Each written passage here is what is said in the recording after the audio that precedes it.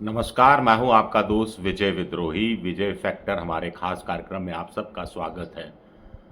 तो वक्फ कानून के मामले में केंद्र सरकार को सुप्रीम कोर्ट से राहत की उम्मीद थी, लेकिन राहत नहीं मिली। वक्फ कानून पर याचिकाकर्ताओं को, जो इस वक्फ कानून का विरोध कर रहे थे, उन्हें सुप्रीम कोर्ट से भरोसा था कि सुप्रीम कोर्ट अंतरिम आदेश दे देगा। चीफ जस्टिस खन्ना जाते जाते एक बड़ा फैसला करके जाएंगे, लेकिन जस्टिस खन्ना भी बड़ा फैसला करके नहीं गए। एक तरह से बड़ा फैसला ये किया कि पिछली बार जो कहा था उसको बरकरार रखा। बड़ा फैसला इस रूप में हुआ कि जो पिछली बार भारत सरकार ने अपनी तरफ से 3 एफिडेविट दिए थे कि एक वक्फ बाय यूज़र वाले मुद्दे को छेड़ा नहीं जाएगा, यानी जिनके पास कागज़ नहीं है उनको कागज़ दिखाने के लिए नहीं कहा जाएगा। दूसरा, वक्फ बोर्ड और वक्फ काउंसिल में किसी गैर मुसलमान को सदस्य नहीं बनाया जाएगा।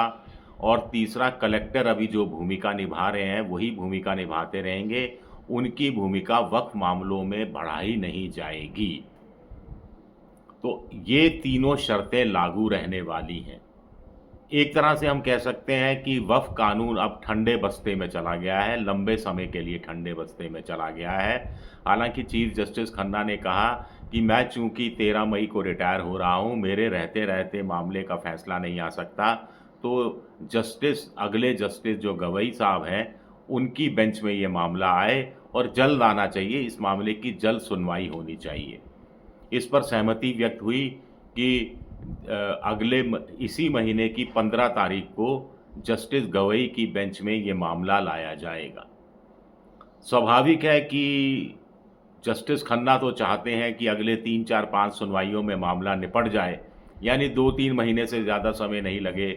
लेकिन BR गवई क्या करेंगे, किस ढंग से ये कार्रवाई चलेगी, सरकार के हथकंडे क्या रहेंगे, सरकार अपने क्या कानूनी दांवपेच लेकर आएगी, इन सब चीज़ों पर बहुत सा मामला निर्भर करता है।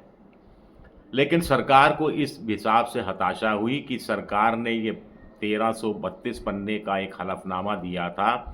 उस हलफनामा में सरकार ने 3-4 बातें कही। एक तो उनका ये कहना था कि ये बड़ा कानून है और व्यापक कानून है, संविधान को दृष्टि में लेकर बनाया गया है, धर्मनिरपेक्षता का ताना बाना इससे बिखरता नहीं है, तो लिहाजा इस कानून को जारी रखा जाए। और ये जो याचिकाएं इसके खिलाफ लगाई गई हैं, ये सारी याचिकाएं एक दर्जे में, एक सिरे से सारी की सारी याचिकाएं खारिज कर दी जाए।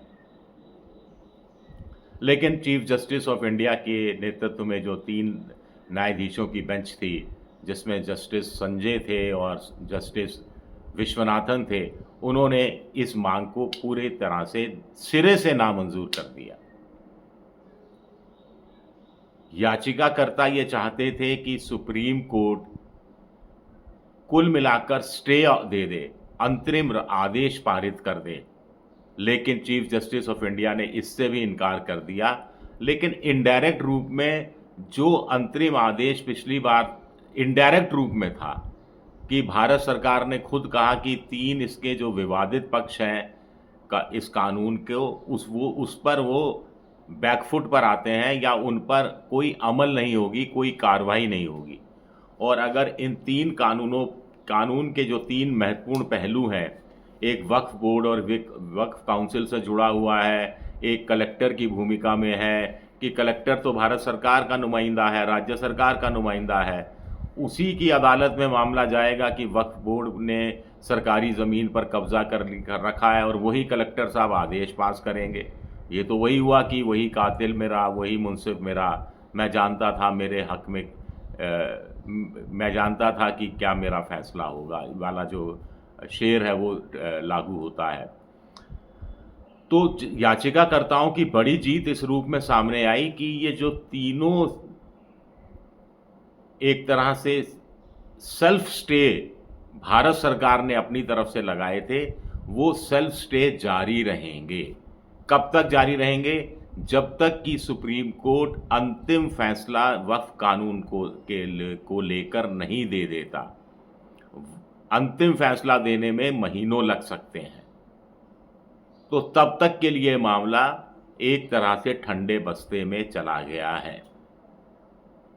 अब यह मामला ठंडे बस्ते में चला गया है, तो बीजेपी क्या सड़क पर इसको कैसे कैश करने की कोशिश करेगी, या वहाँ भी वो मुंह की खाई है उसने बीजेपी ने, या इंडिया गठबंधन इसको सड़क पर कैश करने की कोशिश कैसे करेगा, चुनाव में इसे कैसे वोटरों को लुभाने की कोशिश करेगा, ये देखना भी दिलचस्प है। कुछ लोग कह रहे हैं कि चूंकि अभी सुनवाई चलेगी, चूंकि मामला लंबा खिंचेगा, तो हर बार जब सुनवाई होगी, मामला होगा, तब तक नीतीश कुमार भी चर्चा में आएंगे, उनकी मुस्लिम राजनीति भी चर्चा में आएगी, चंद्रबाबू नायडू की राजनीति, मुस्लिम राजनीति भी चर्चा में आएगी, चिराग पासवान के बयान भी चर्चा में आएंगे, और तब तक मुस्लिम और ज़्यादा पोलराइज्ड होगा। इसका सबसे बड़ा असर बिहार विधानसभा चुनाव में देखने को मिल सकता है। वहाँ पर मुसलमान का क्या रिएक्शन रहता है। पिछली बार तो ओवैसी के 3 या 4 विधायकों को वहाँ के मुसलमानों ने जिता दिया था, उनमें से एक को छोड़कर बाकी सब आरजेडी में, लालू प्रसाद यादव की पार्टी में शामिल हो गए थे। तो इस बार कांग्रेस के साथ, इंडी गठबंधन के साथ, लालू तेजस्वी के साथ मुसलमान पूरा का पूरा दिख रहा है। नीतीश मुसलमानों में भी लोकप्रिय थे, लेकिन उन्होंने अपनी सियासी नाक खुद ही कटवा ली है। जो 7, 8, 9% उनको मुसलमान कहीं इधर कहीं उधर, कहीं 2000, कहीं 3000, कहीं 4000, कहीं 5000 वोट मिल जाते थे, वो भी अब वोट मिलने से रहे। ऐसे में नीतीश को झटका उठाना पड़ सकता है। बीजेपी को इस कारण झटका मिल सकता है कि अगर नीतीश की सीटें मुस्लिम वोट ना मिलने के कारण थोड़ा और कम होती है, तो स्वाभाविक है कि बीजेपी पर भी इसका असर पड़ता है। कुल मिलाकर सुप्रीम कोर्ट ने अपनी मंशा जाहिर कर दी कि इस मामले को वो रद्द नहीं करने वाले। याचिकाकर्ताओं की याचिकाओं पर सुनवाई जारी रहेगी। केंद्र सरकार ने जो आज हलफनामा देकर जो आंकड़े उठाए, बताए कि साहब इतनी प्रॉपर्टी थी, इतनी प्रॉपर्टी हो गई, इतने एकड़ पर कब्जा था, इतने एकड़ पर कब्जा हो गया, उस पर सुप्रीम कोर्ट ने आंख बंद करके यकीन नहीं किया। याचिकाकर्ताओं ने कहा सरकार झूठ बोल रही है, सरकार गलत आंकड़े दे रही है, सरकार भ्रम फैला रही है। सुप्रीम कोर्ट ने उस पर भी आंख बंद करके यकीन नहीं किया।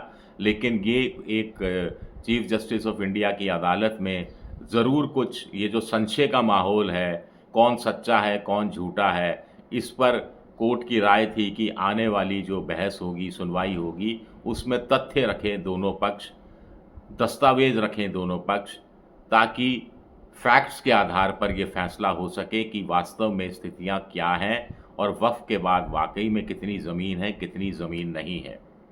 कुछ लोग कह सकते हैं ड्रॉ हो गया मैच, लेकिन मैच का ड्रॉ होना भी मोदी सरकार के लिए हार जाने के बराबर है, क्योंकि मोदी सरकार ने पिछली बार अपनी तरफ से 3 स्टे ले लिए थे और वो 3 स्टे बरकरार रहने वाले हैं। जब तक वो 3 तरह के स्टे बरकरार रहने वाले हैं, जिसमें वक्फ कानून की आत्मा थी, असली मकसद तो उन 3 कानूनों में छुपा, 3 स्टे जो थे उसमें छुपा हुआ था, वही नहीं तो फिर वक्फ भी नहीं, वक्फ कानून भी नहीं, मेरा कहने का मतलब है।